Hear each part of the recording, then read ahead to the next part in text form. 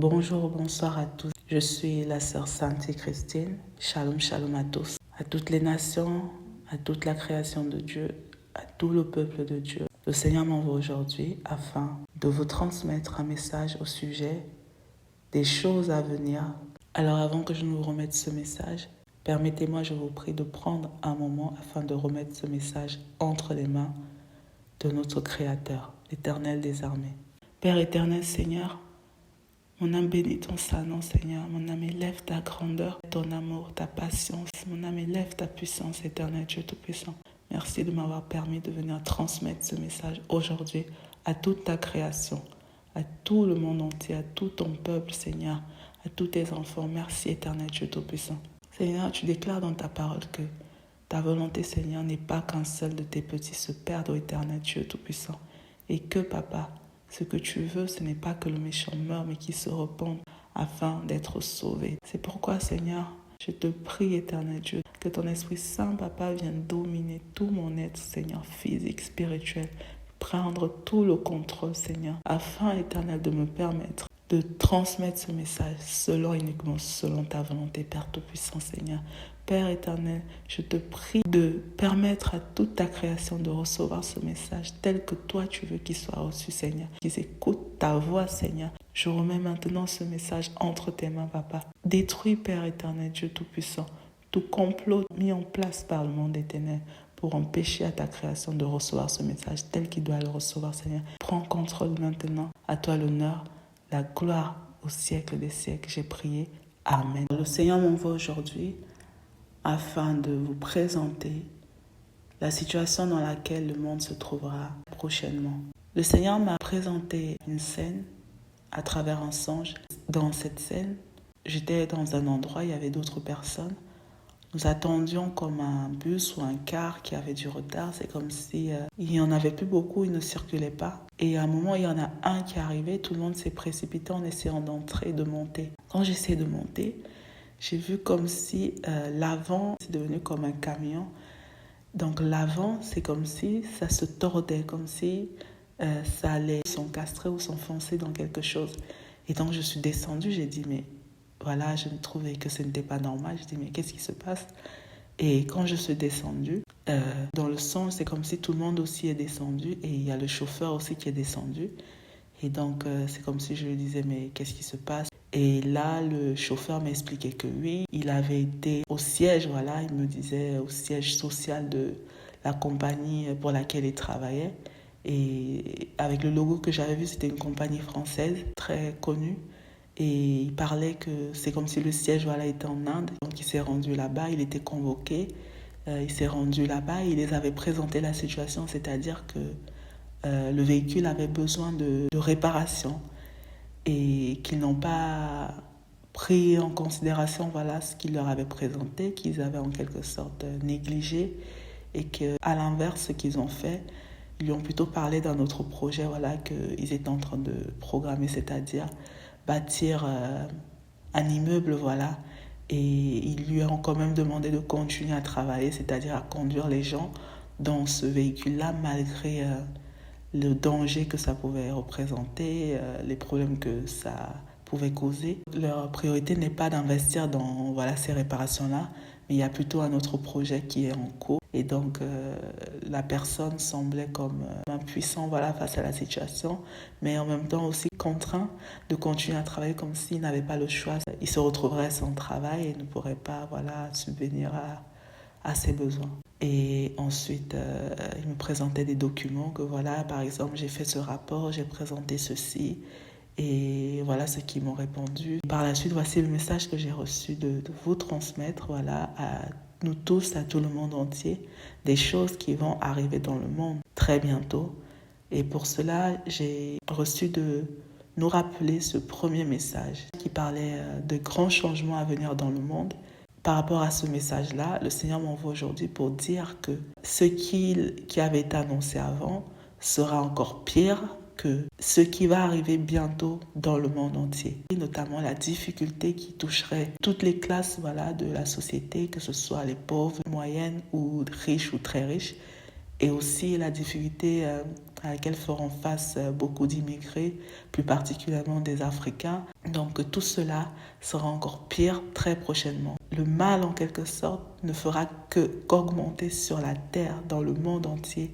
Et cela m'a été illustré par exemple par l'injustice, que le péché, voilà, ne cessera d'augmenter, augmentera encore plus, que les situations seront encore plus difficiles, encore plus pénibles dans le monde entier. C'est-à-dire que ce que le monde a même déjà commencé à voir, que les choses ne feront que s'empirer. Le Seigneur m'a présenté dans un deuxième temps ce songe dans lequel je me suis premièrement retrouvée dans un endroit et j'ai vu une proche qui était enceinte, presque à terme. Dans un deuxième temps, une autre proche encore, donc de la famille, est arrivée et ils ont parlé d'un proche qui avait été arrêté, qui avait été mis en prison suite à une affaire pour laquelle il avait été déclaré coupable. Donc j'étais surprise. Donc j'essayais de comprendre, j'ai posé la question, qu'est-ce qui s'est passé? Les deux, voilà, elles m'ignoraient en quelque sorte, comme si elles boudaient.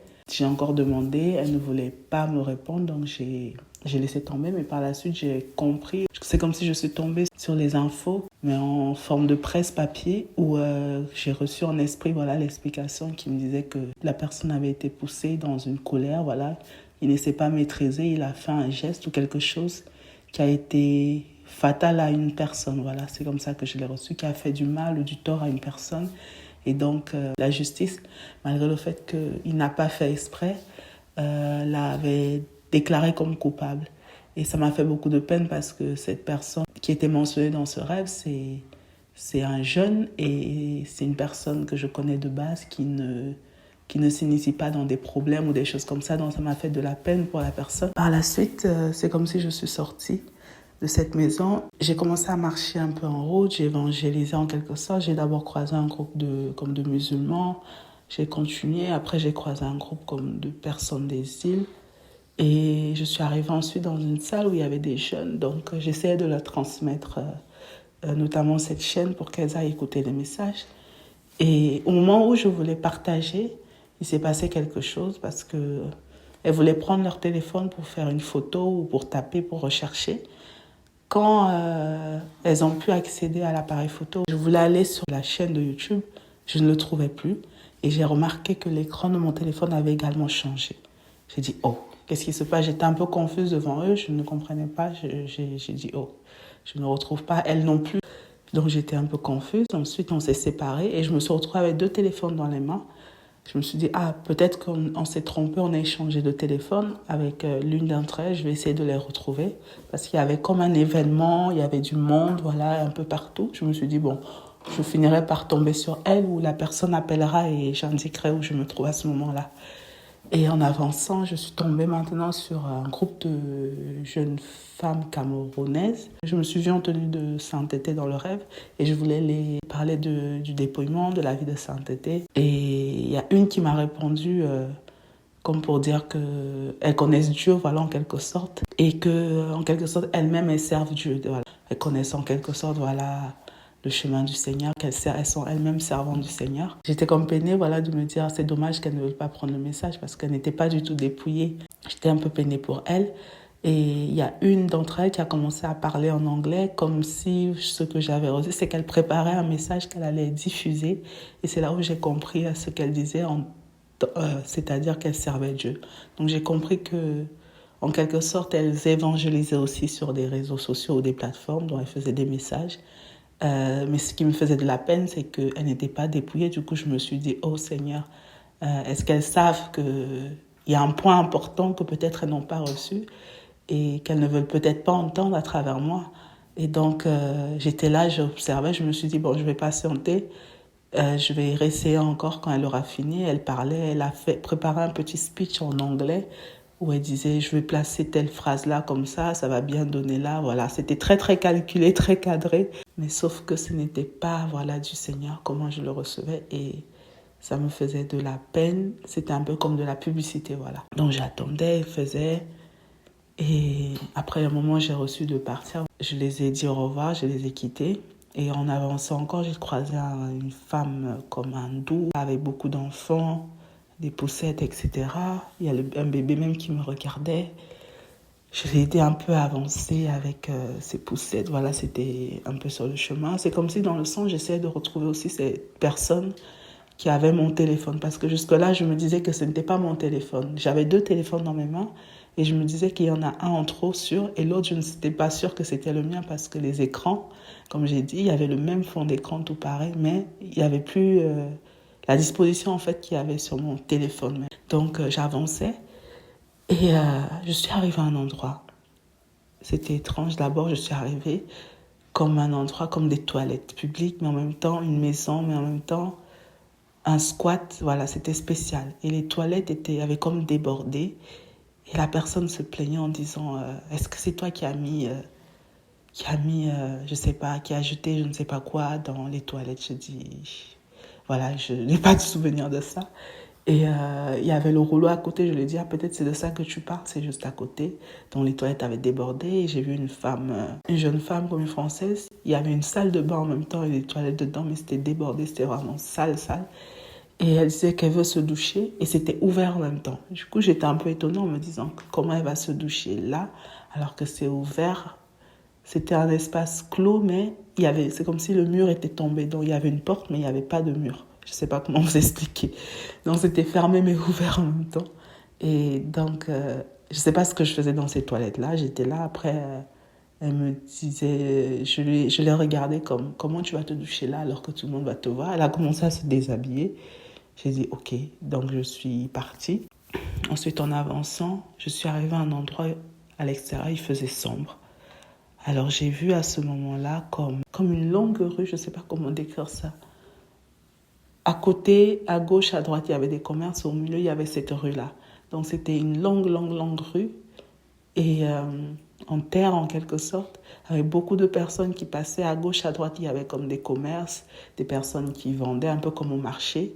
C'était un peu comme un marché. Vous allez dans les pays orientaux, un peu comme un marché oriental. J'avais remarqué qu'il y avait beaucoup de musulmans, il y avait beaucoup de personnes un peu des pays arabes, tout cela.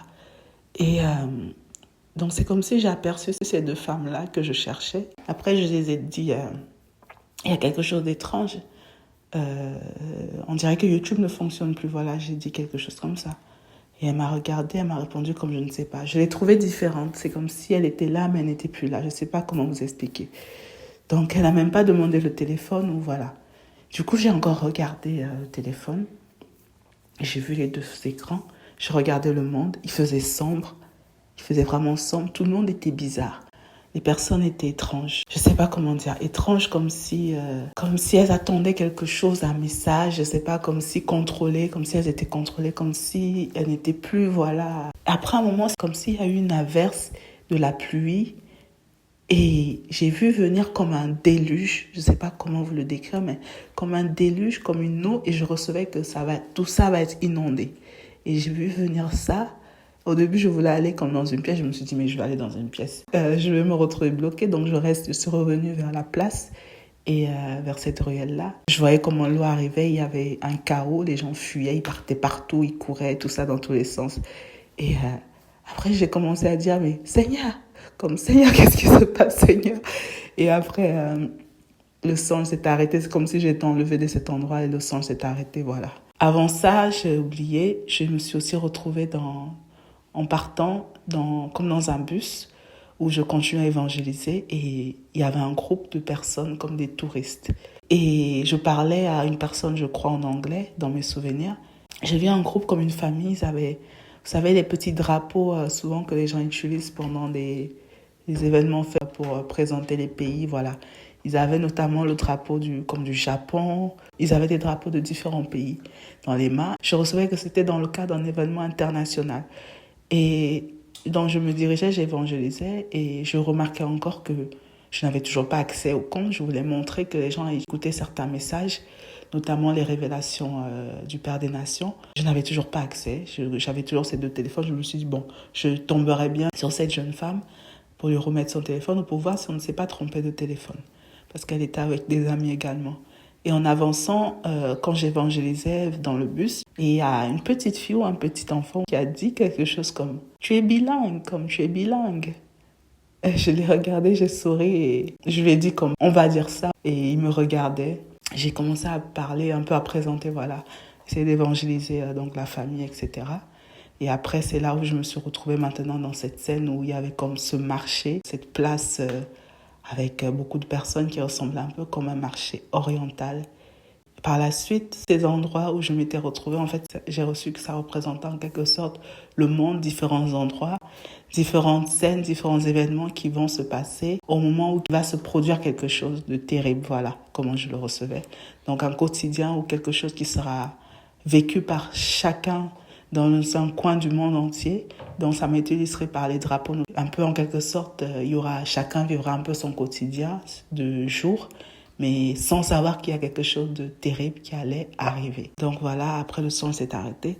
Maintenant, voici l'explication que j'ai reçue. Pour cela, j'ai reçu de vous transmettre les messages précédents qui parlaient de quelque chose de terrible qui arrivait, qui parle aussi de la bête qui arrive, et ainsi que ce passage qui se trouve dans le livre de Matthieu au chapitre 24, au verset 15 à 35.